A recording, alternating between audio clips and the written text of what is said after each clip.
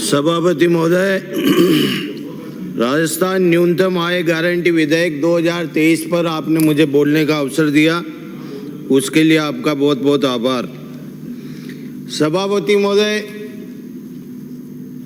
ये जुलाई समाप्त हो रहा है, इस सरकार के 3 महीने और बचे हैं और 3 महीने में ये अंत में बिल लेके आए हैं। अगर इनको ये बिल लाना था तो अपनी सरकार के प्रारंभ के काल में लाना चाहिए था, जिससे जनता को लाभ मिलता और 5 साल तक जनता को न्यूनतम आय मिलती तो उसका लाभ भी आपको मिलता।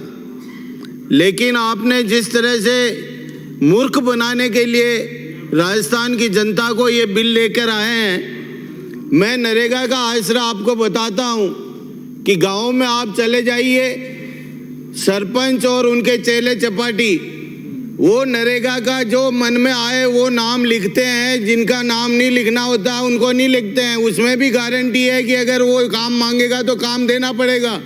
लेकिन आज तक मनमाने तरीके से नरेगा चल रही है गाँव में, और जिस तरह से राजनीतिक विद्वेष के कारण से लोगों को परेशान किया जाता है, यही असर इस न्यूनतम रोजगार गारंटी का होगा, ये मैं दावे से कहता हूँ। और जिस तरह के चैलेंज आपकी सरकार ने इस राजस्थान की जनता को दिए थे और वोट लिए थे, जो गारंटी आपने दी थी उनमें से एक भी गारंटी आपकी पूरी नहीं हुई है। ना आपकी बेरोजगारों को भत्ता देने की गारंटी पूरी हुई है, न काश्तकारों का लोन माफ करने की गारंटी आपने पूरी की, और अब ये जाते जाते आप फिर झुनझुना ठमा रहे हो।